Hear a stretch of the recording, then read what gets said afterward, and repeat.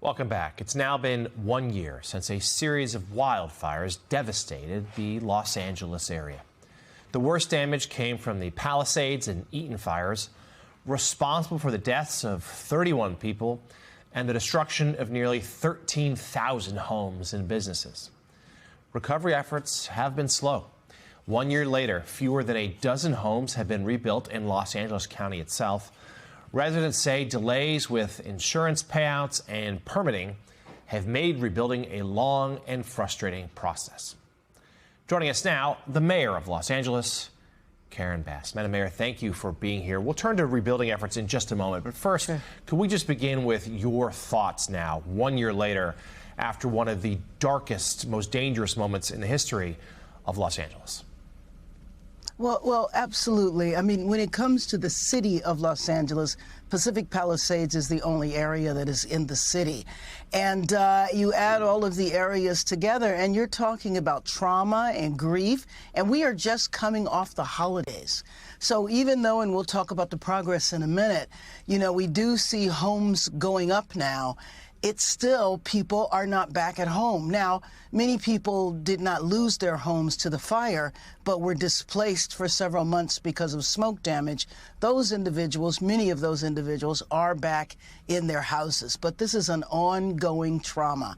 And it's been very, very difficult. As you mentioned, the lives lost in the city of Los Angeles, 12 individuals died in Pacific Palisades. And for Los Angeles, this was an unprecedented weather event, and I think what it tells all of us is that in areas that have never experienced hurricanes and other weather events that are common in other states, now you never know. So we have to be prepared for events we never thought would take place in our city and in our state.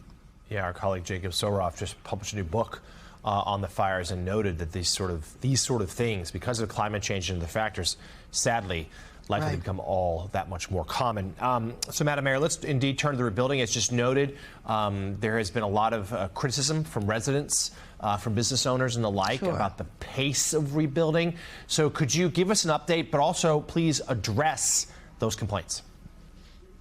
Oh, absolutely. I mean, people are having challenges for lots of reasons.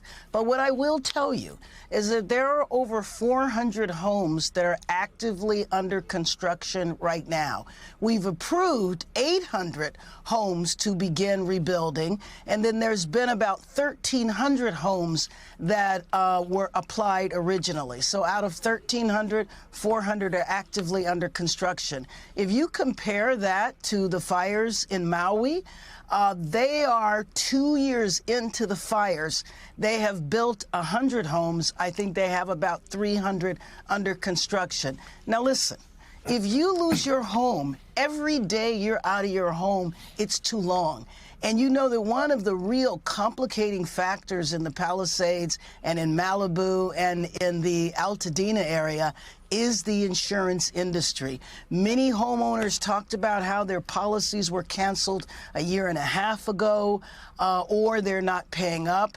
The concern I have now is that a lot of the banks gave people a forbearance. They gave them an opportunity to not pay their mortgage for about 12 months. Well, we're at that 12 months marker now. So I've called on banks to extend the forbearance for at least another 2 to 3 years and add those payments at the end of the mortgage. So if you had a 30-year mortgage, you'll now have a 33-year mortgage. So I do believe that that will be helpful to a lot of people, but that does not address the insurance issues, which you know, of course, are outside of the power of the city. Yeah, now, Madam Mayor, as you were speaking, we were showing images from the fire a year ago, and it was just really almost jaw-dropping, the size of these fires and the speed in which they traveled. But at the time, there were a lot of complaints in the days of and the weeks after about the slowness of the response. Fire hydrants not working, water lines down.